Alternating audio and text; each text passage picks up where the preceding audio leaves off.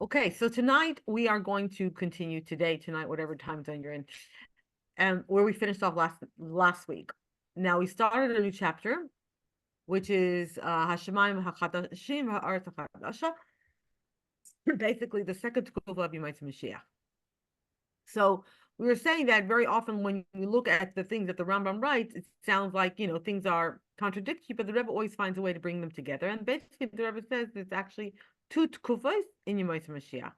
So there will be a time that Olam Kimin Hadinahe, the way the Rambam always talks about it, and things are Dvarim Harav Shem B'Teva, things will go along the way they are in Teva, and there won't really be anything that is Mevatel Teva. But then we also have lots of nevois about things that seem to be completely outside of Teva, like, barren trees giving fruit and the size of fruits and all sorts of things like that. And the Rebbe explains that there's actually a second Tekufa in Yemais Mashiach, and that's what we're going to look at now. And this whole idea that we said that the whole idea of yeah, and all those things, they're mamish, they are humongous changes in Gashmias. And the idea really is that the world is so full, like it's kind of breached its potential, so it can do things that we can't do now. And that's what we're going to understand now in this next section, that in order to understand really what it is, we have to understand what is actually the relationship that Eibishter has with the world as we know it today in Gullus, and what it's going to look like, what it looks like now, what it's going to look like in the future. If we understand that, what that relationship is, then a lot of those other questions about what's actually going to happen then and now, and then it becomes a lot clearer. So, how tired are you, Rifki? I better read. Okay, go ahead. היחס בין הקדוש ברוך הוא ואילומי בזמן הזה לעשות.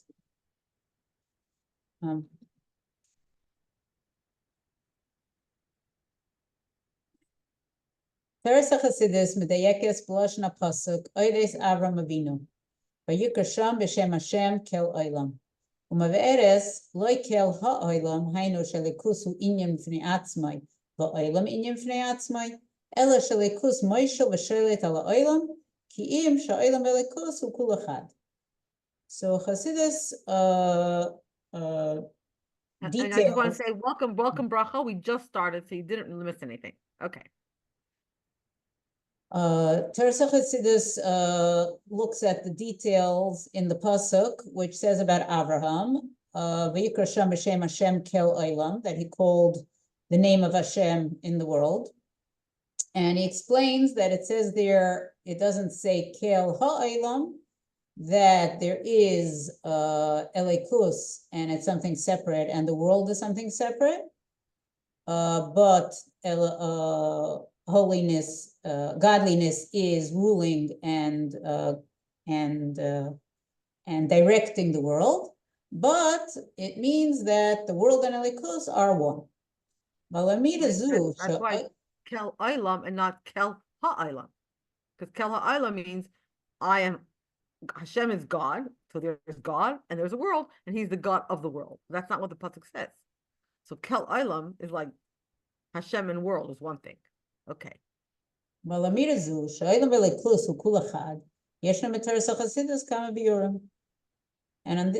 this, Vesbeirim, Va'omek lifnim mi'omek, ume'azbeirim ha'yikrim. Oh, sorry. So on this pasuk, meaning on this idea that the world and elikus are one. So in Torah Chassidus, there's many explanations, one deeper than the other. And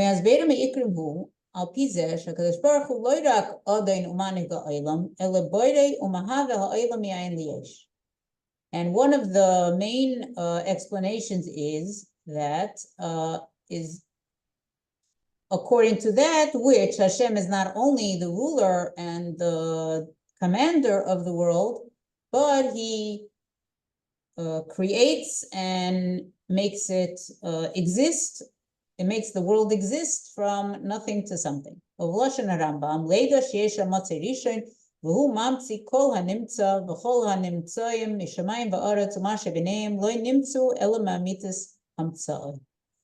as the Rambam writes, we should know that there is the first existence, and he made in existent everything else, everything in the heavens and in the earth and everything between them. And there's nothing else besides the original existence, which is Hashem. ופרט על פי דברי אדמו"ר הזקן בשער יחד ואמונה, שבריאת העולם אין ליש לא יעשה אירוע חד פעמי, אלא עניין החוזר על עצמו בכל רגע ורגע מחדש. And specifically according to the words of the Alter Rebbe in Shar Yichud Ve'emunah, that the creation of the world from nothing to something, it was not a one-time event, but it is something that repeats itself every moment from new. וכפר שבעל שם טוב בפסוק לעולם השם דברך ניצב בשמיים, שדברך שאמרת יהי רקיע בסך המים, טבעס ועשיס אלו, הן ניצבס ועמדוס בסך כל הרקעים לחייסם, וכן הוא בכל הנברואים. And as the Baal Shem Tov explains in the pasuk, Le'olam Hashem dvarcha nitzav b'shamayim, that the words of Hashem, when Hashem said Yehi Rakia in the water, that there should be I forgot what it's called, a sky we could call it, in the water. These words are standing in the skies and giving them life. And so it is with all the creations. But Rebbe might say Yisod Zeh Gam B'Lashon Rambam B'Hilchos Yisod HaTorah Asher Kadosh Baruch Hu Mamtzi B'Lashon Hoy V'Daika Kol HaNimtza. And the Rebbe finds the proof of this in the words of the Rambam in Hilchos Yisod HaTorah, when the Rambam says that HaKadosh Baruch Hu Mamtzi, it's in present term, everything that is found, that he makes, whatever, he creates that which is created, which is, yeah, and he like brings it out, right? He brings out everything at all times. Makes exist that which exists. והטעם לכך הוא כפי שאדמו"ר הזקן מעריך להסביר, כיוון שלעולם אין כל מציאות וקיום מכוח עצמו, ומציאותו בכל רגע היא רק מכוח רצון יסברך המהווה את הכל. And so the Alter Rebbe explains more at length that the world does not have any existence and existence from its own strength, and the existence in every moment is only from the desire of Hashem, who is making it all exist. But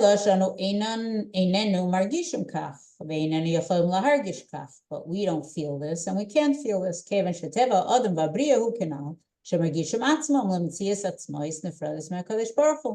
Because the nature of a person and creation in general, as spoken, is that we feel ourselves as an existence separate from Hashem. But if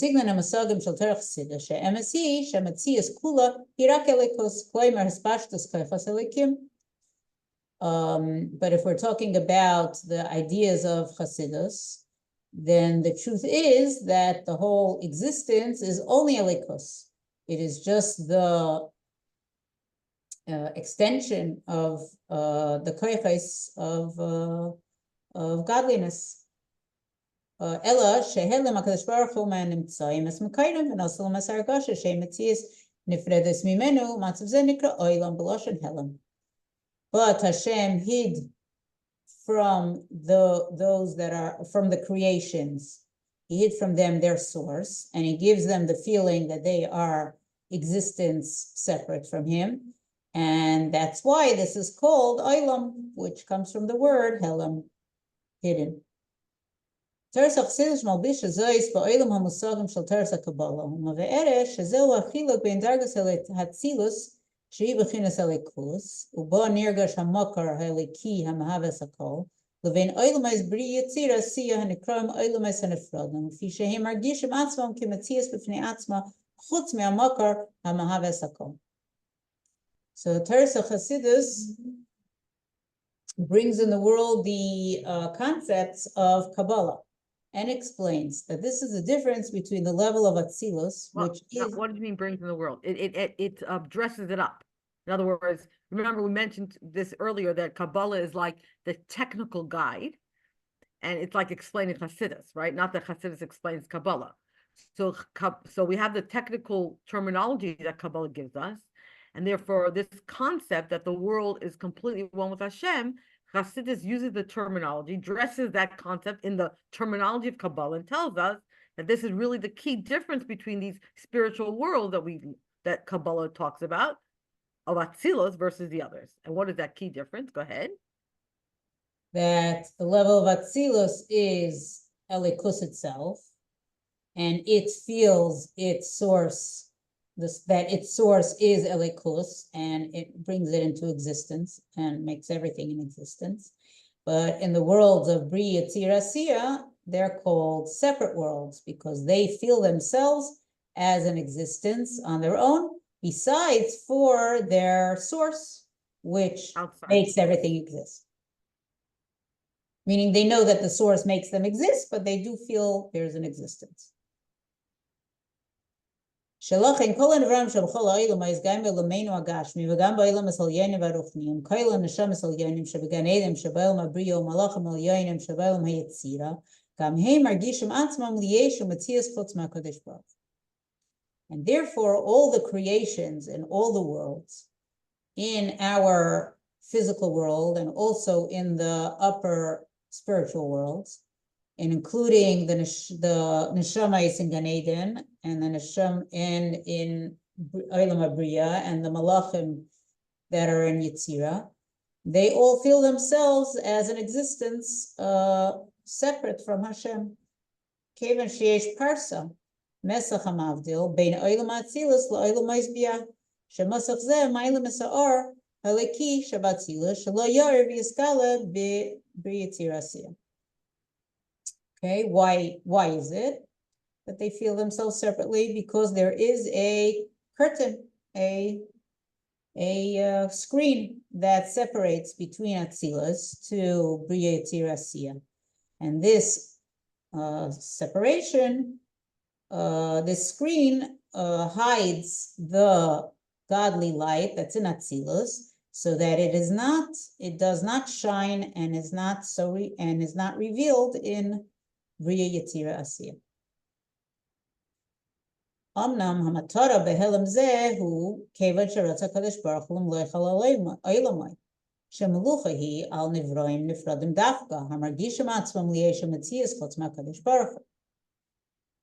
But the purpose of this hiddenness is because Hashem wants to rule his world, and rulership is only on creations that are separate, that feel themselves as their own existence besides Hashem.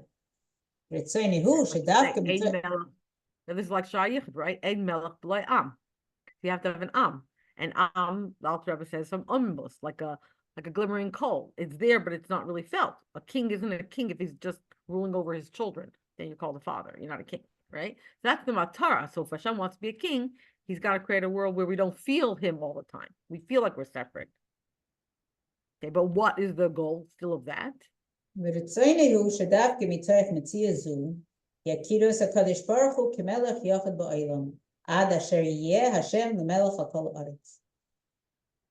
So what Hashem's will is that from our own existence, we should recognize Hashem as the king, the only king in the world, until he becomes the king of the whole world.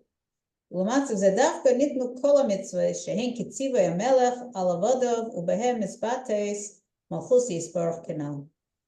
that is the reason Hashem gave us mitzvahs, that they are the commands of the king on his servants, and that is the expression of his kingship as explained earlier.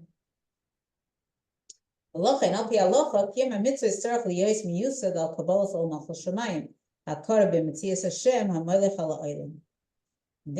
according to halacha, the fulfillment of mitzvahs have to be on the basis of Kabbalah Sol Malchus Shamayim, the recognition that Hashem is ruling the world. כפסק הרמב"ם בהלכות יסודי התורה. יסודי יסודס ואומר החוכמה לדה שיש שם מוציא ראשון. המוצא הזה הוא אלוקי העולם, אדון כל הארץ, והוא מנהיג הגילגול בכוח שאין לו קץ ותכלס. So this knowledge, if we keep this in mind, is enough for us to fulfill the commandment of the mitzvah of Yedias Hashem, as the Rambam says in Hilchos Yesodei HaTorah, that the foundation of everything is to know that there is this first existence, and this is Hashem, who is the ruler of the world and who directs all the planets with his strength, and he has no end and no purpose. No, right? He has a koyach, right? He's the God of the world, and he's the master of this earth, and he directs the planet, right, in this infinite koyach that he has. And that idea, just that alone, that again, just doing mitzvahs with kabbalas amach shemayim, knowing that there's Hashem who's running the world, that itself. And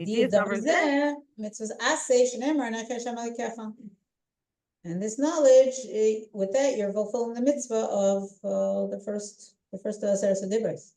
Hainu sheish olam eretz v'gilgol kimetzias b'fnei atzmo, v'hamotzi harishon hu adon v'amaneg shel kol hametzias.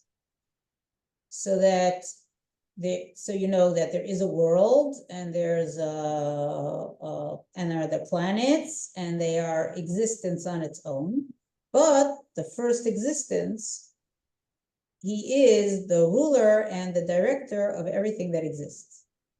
Ukenal asher Torah zeis chukei mishpateha li'olam hainu sha'mitzvos nitnu liskayim b'olam hazeh tachas habolos hateva koilo beikar tachas choik hateva anal shel hargoshas hayesh.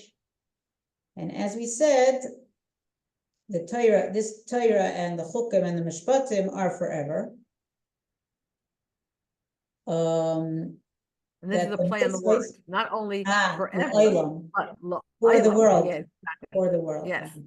That the mitzvahs were given to make this world in existence, to exist in this world with it. To be fulfilled in this world. Okay. So the mitzvahs were given to be fulfilled in this world with its limitations of nature, including and specifically the law of nature, which is that it feels its existence. וכך גם בתקופה הראשונה שימי המשיח המתוארת בדברי הרמב"ם בכל מקום, כאשר תהיה ידיעת השם בשלמות ומלכותו של הקדוש ברוך הוא תסגלה בכל העולם על ידי מלך המשיח, עדיין העולם ירגיש עצמו למציאות נפרדת מהקדוש ברוך הוא, שהרי גם אז עולם כמנהגו נוהג וכל חוקי הטבע נשאר במקומם, כל חוקי הטבע יסודי המשותף בכל הנברואים, שהם מרגישים עצמם למציאות נפרדת מהקדוש ברוך הוא.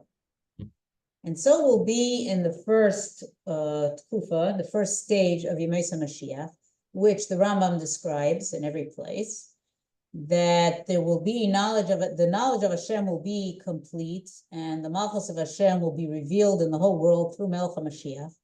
But the world will still feel itself as a separate existence from Hashem, because the world is still going to work according to the rules of nature, which didn't change, and including the law of nature, the basic law of nature, which is the same to all creations, that they feel themselves to be a existence separate from Hashem.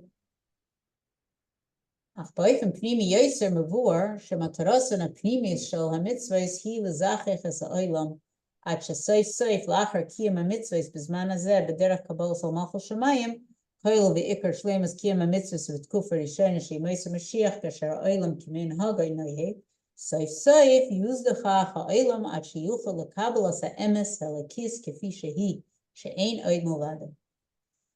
But to look at it in a deeper way, the true purpose of the mitzvahs is to refine the world, until at the end of time, after fulfilling the mitzvahs in this world in a way of Kabbalah Malchus Shemayim, including the complete fulfillment of the mitzvahs in the first stage of Yemei Mashiach, when the world will still continue to exist as it is. So at the end of this all, the world will become more refined, and they will able to accept the truth of Elikus the way it is, that there is nothing else besides him. זו התקופה השנייה שבימי המשיח, שתספתל אויסי הרגושס נפרדס, ותזכה לה האמס שהעולם אינו מציאס נפרדס מרצון השם. And this is the second stage of Yemei Mashiach, when this feeling that we are separate will be nullified, and the truth will be revealed, that the world is not a separate mitzias from the desire of Hashem. And the hanal shetizbatel hamachitza shebein ha'olam hazbiyah la'olam ha'tzilas va'olam yishtana liyos ha'likus b'galui. And if we're referring to the way we mentioned it, I guess the Kabbalah way of talking about it, that this separation between Bria Tzir Asiya and Atzilus will be nullified, and the world will change to be revealed Elikus. Okay, move on. Zehu achidush vashini achi gadol sheyachol liyos. And we understand that this innovation and change will be the biggest that could be. כי אף אם כל הנברואים ישארו בצורתם ובמנהגם הנכחי, וכל חוקי הטבע של זרע, וקצר, קר וחיים, וקיץ וחורף, יום ולילה לא ישפייסו, אך תשתנה מהוסם היסודות. Because even though all the creations will stay in the same form and in the same way of acting that they do now, and all the laws of nature, the different seasons and day and night, nothing's gonna stop or change, but the change will be in its essence. ותכלס אשר בזמן הזה כל נברא זויק בחיצוני שהוא יש ומציאס, ורק לאחר הסבוינינוס וכולי מגיעים למסקנה שיש לבוידר שמהווה אויסם גאין מיש. So now it's not going to be like it is now. That now every creation screams, that's in Chitzonistic way, that he is in existence, but only after thinking deeply into it, he comes to the conclusion that there is a creator that is creating him all the time from nothing to something.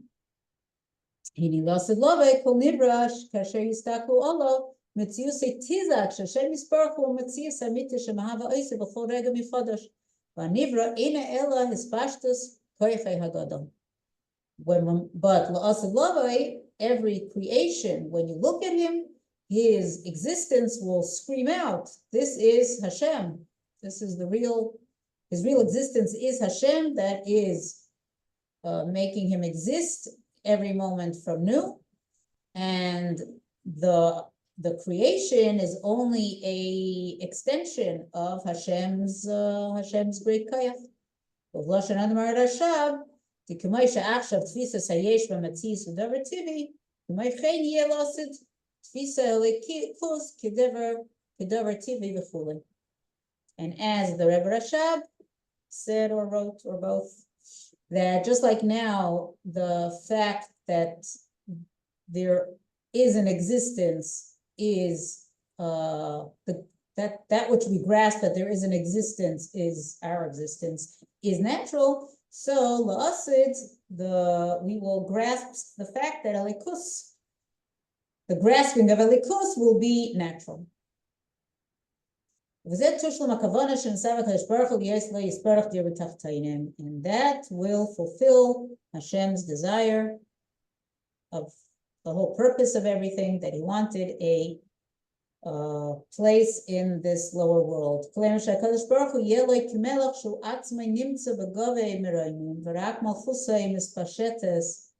גם בעולמנו התחתון. לא יקמלה, אוקיי? אלא שהוא עצמו יודע ויסגל לכאן איתנו, כלומר שהמציאות תהיה מוחשת וברורה בכל פינה ופינה בעולם.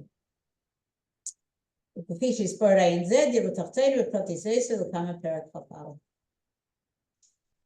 So, meaning to say that Hashem is going to be not like a king that he himself is somewhere above, but his kingdom is spread also down to this lower world. But Hashem himself will live and be revealed here with us, that his existence will be felt and will be clear in every corner of the world, as we will explain this idea of Dir Taftainim in more detail in Perek Chafalef. Wow. Right? So that's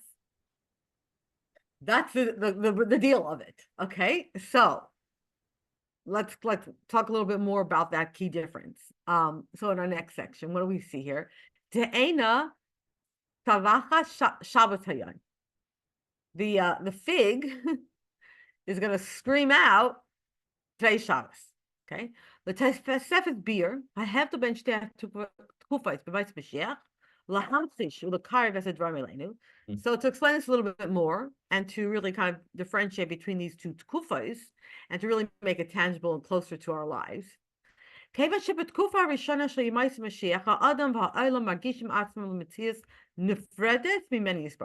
what we feel right now. Everything in this world right now, the world, we feel ourselves, we're existence, right? We have to think about, we have to learn, instead of learn Shar B'Tachai, and contemplate the fact that we have to rely on Hashem, because our natural existence is we are here. Move on, Hashem, and that's why, because in this first kufa also of Yemais Mashiach, we're still going to feel that feeling, right? That's what he was saying, that we're still going to have that feeling of being a yesh. Therefore, in that first stage, there's still going to be a possibility, actually, to go against the will of Hashem. That's like, whoa, right? That means there'll still be a possibility in the first kufa of Mashiach for war and for jealousy, because there's still a feeling of Metzias. And as long as there's going to be a feeling of Metzias, it's a possibility. Why? Because as long as a person is feeling himself separate from Hashem,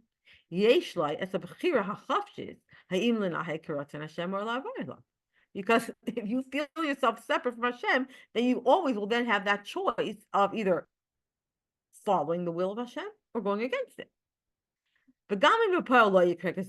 Now, even if in actual fact it wouldn't happen, why won't it happen at that time?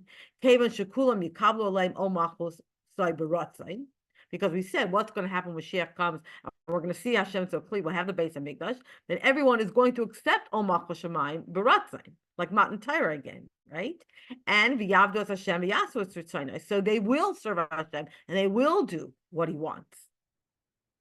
And even more, Hashem Yisbarach Yan, he gets Esa Olam, but Tzura Kazoi, Shaloi Tia Siva, She'efshars Kazoi Tisrachish B'Poel.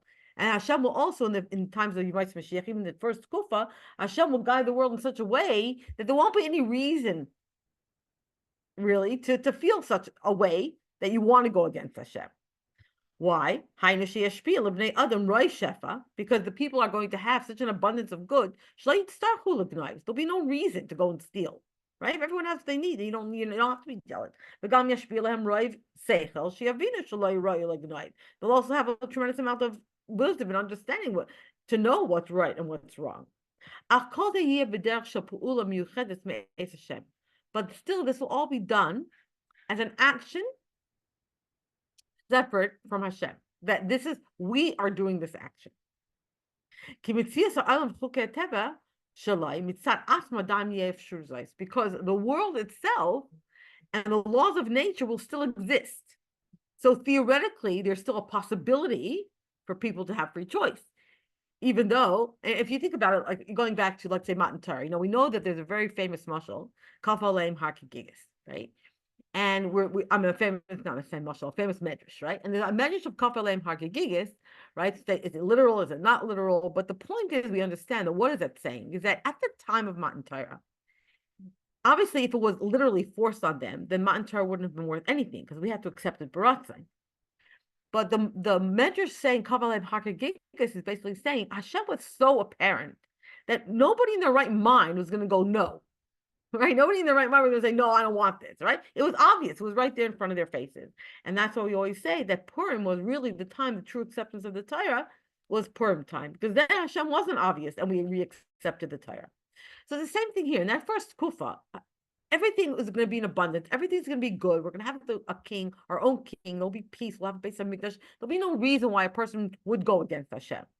But that possibility could still be there, theoretically, because we still will feel ourselves as people serving Hashem. That will be the nature of it, right? We'll still feel separate in that way. Or the way the Rebbe explains it, Gam kasher deas Hashem, even at the time when we all know Hashem, like the Rambam writes, Umala Arz deas Hashem, Mamal is kometzius haaretz, so even when this knowledge of Hashem really fills up the whole world, until there's no point, nothing free of that knowledge. Everybody knows about Hashem. But since the world at the end of the day, even though the entire world in every corner of the globe will know Hashem, the world still, in essence, will still feel itself as a separate entity.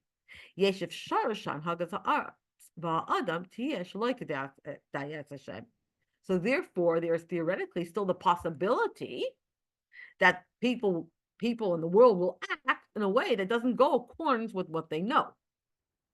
Right? Like even today, we see that, if you talk about nature, people know lots of things. It doesn't mean it always informs their behavior.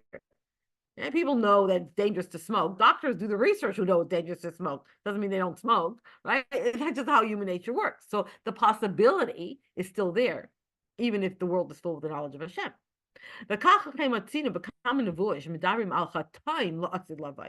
And we find this also in a number of nevois when they talk about sins lost in lavai. You say, sins? How's that possible? What do you mean sin? The world is full of knowledge of Hashem. How can there be any sins? But we find that someone who sins, so he'll die at 100.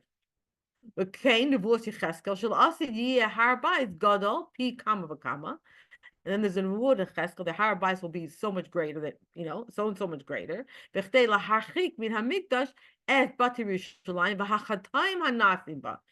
So why? In order to distance from the base of Mikdash any of the houses in Yerushalayim where there are sinners and there are people sinning. Right? Shem Kachi. So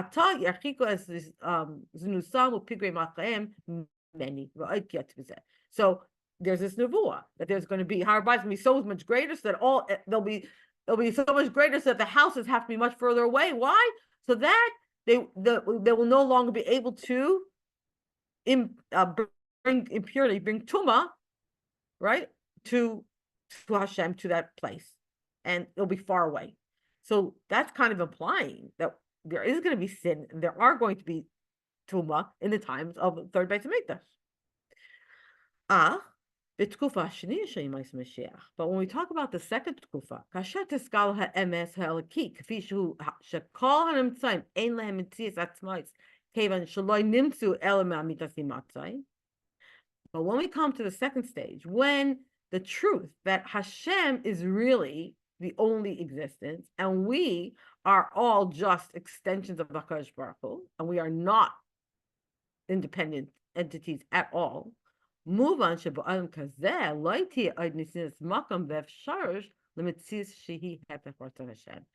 that point, then, there won't be any possibility for the world to go against the will of Hashem, because we're one. So when you're one, you can't go against your one.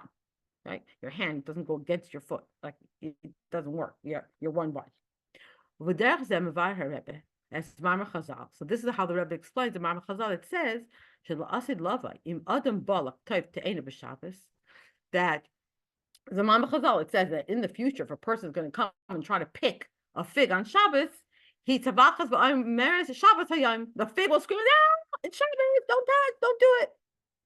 What when you read that Mama Chazal, that's saying a person is. Why would a person pull off a fig on Shabbos? That's being Chal Shabbos. Like we're saying, you might say Moshiach, right? We're going to keep Torah. We know everything. Why would anyone do that? The very fact that such a Mama Chazal exists is telling us something. Klaimar, sha'adam mitzad atzmai. At that time, right? The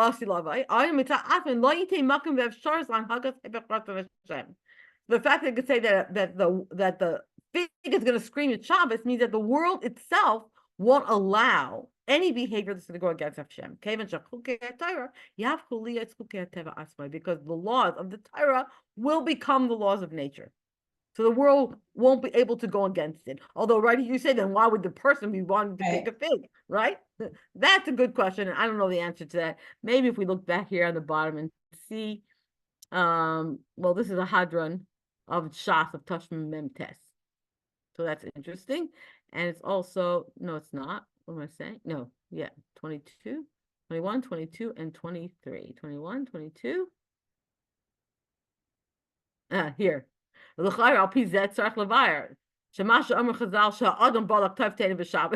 does that mean?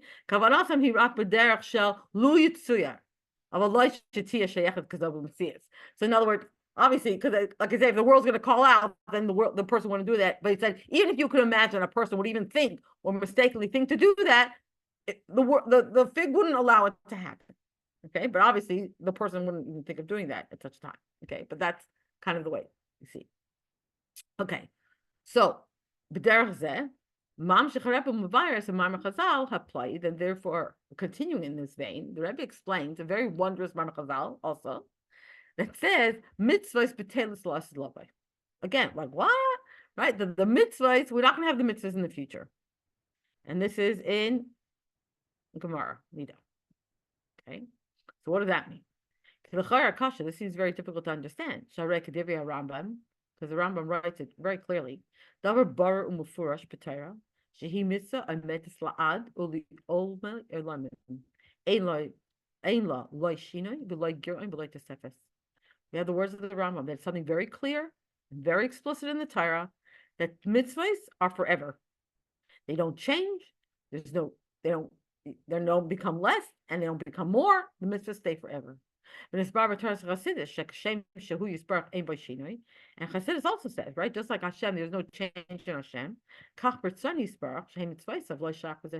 Therefore, in his Ratzon, if Hashem doesn't change, his Ratzon doesn't change. And what is Ratzon? The mitzvahs. That means the mitzvahs don't have any change. So what is the meaning of this Ma'amar Chazal? That the mitzvahs are going to be bottled in the future. How could that be? Right? And not we say they last forever. So the Rebbe explains, it's true. The Ratzon of Hashem is eternal, doesn't change. Therefore, yes, the mitzvahs will continue forever. But what? What do you mean mitzvahs b'nisbatel? That framework, that concept of a mitzvah, right, is going to be bottled. What does that mean? Mitzvah. When you say what is the when you say a command, right? A command, that kind of idea. What's the framework? What's the boundaries of a command? That shows right? You say I'm commanding. That means there's a me and there's a you, and I am commanding you to do something. I have a will, so I say a verb. I give a command, and then you have to fulfill what it is that I want. Right?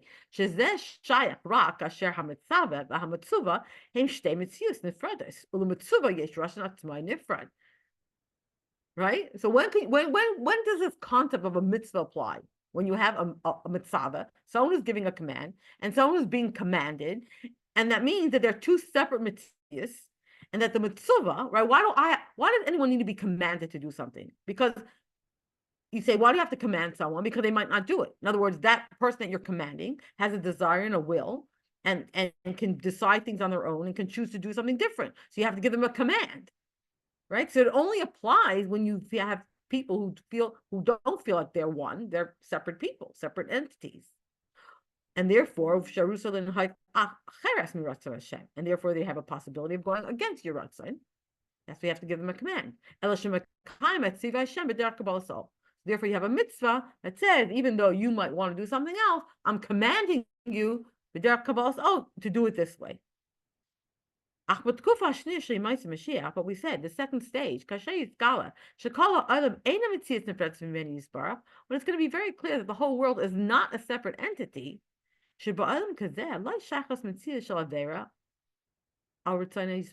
there's no possibility in that kind of a world to go against the will of Hashem. Therefore, the whole concept of a mitzvah or a decree is not going to exist because there's no one to decree, there's no one who you have to command. Or in the words of the Rebbe, in the Kuntres of Hilchos Torah Shel Bapeh, which was the theme of Rambam in Tafshin Beis, Rebbe explains it like this. A hegder de mitzvahs. What are these parameters? What's the parameter of a mitzvah? Sivoy laha adam. It's a command to people. Shayach rak kasher adam hu mitzias b'fnei atzmai. This is only pertinent, it's only relevant when the person feels like he is a separate mitzias. Shaz neifel olav geder shall tzivoy hakadosh baruch hu lihisnai al piritzon shel hakadosh baruch hu. Because only then can you say that there is a command of Hashem. He's being commanded to behave according to the Ratzon of Hashem. But once the person has completed his avodah in doing mitzvahs, in other words, that all his essence, his entire essence is, and all his details are completely permeated with the Ratzon of Hashem. The nas b'mamru matzav shel tzafsa. Mitzvah Melashon Tzafsa v'chibur Kamash Baruch Hu, and therefore, because he's reached like shleimus of his avodah, and therefore he's permeated with the Ratzon of Hashem, and therefore the whole Tzafsa mitzvah comes from the word Tzafsa v'chibur, which is connection. He's fully already connected to Hashem. So now they are one mitzias. Yisrael al yidei arise of kucha brichu kulachad. Right, the idea that Bnei Yisrael and Hashem, they're all one. And that is how it's going to be, right? Actually, and in a very revealed way in the future. Therefore, therefore, in a time when we feel completely one as one mitzias, you can't use that lashon of a command. Because the person is no longer a separate mitzias that you're commanding.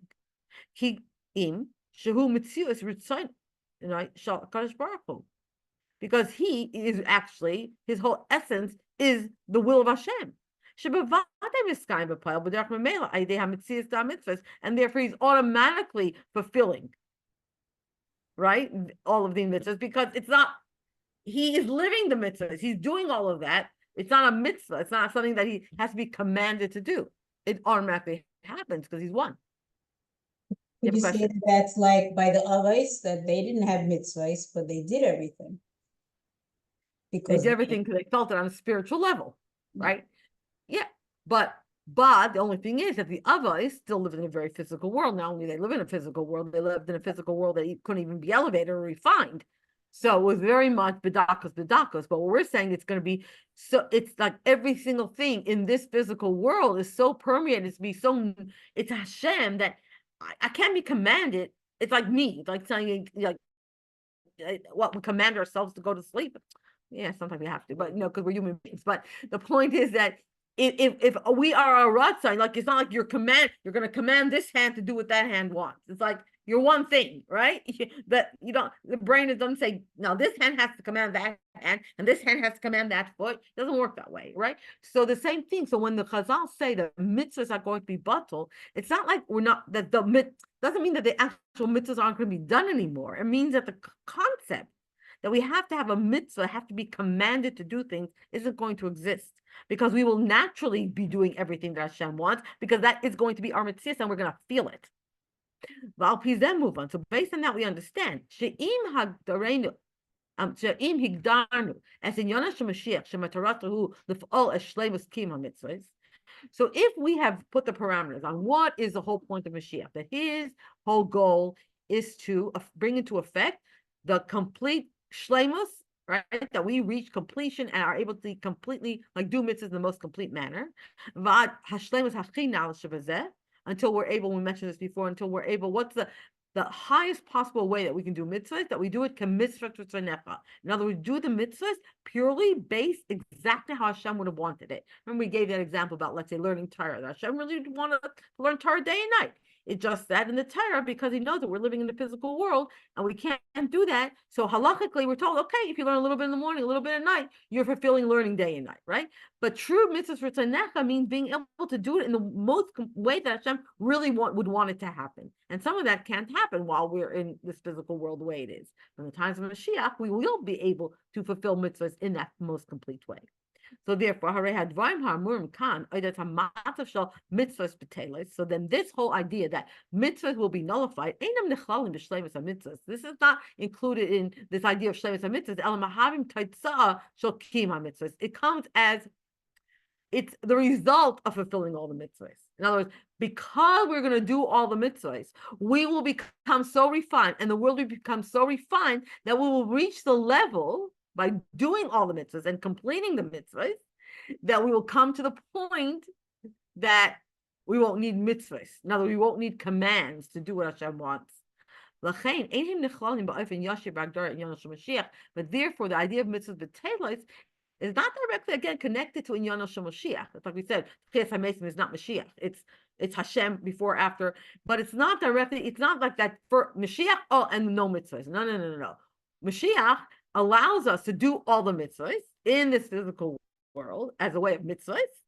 And by doing that in that first kufa and really completing the mitzvahs properly and all the mitzvahs, because we'll have a base in Mikdash and we'll be in Eretz Yisrael, and then we'll bring the world to its fullest level of refinement, that'll allow us to get to that next stage, right? So that whole inyan of Mashiach is what? So the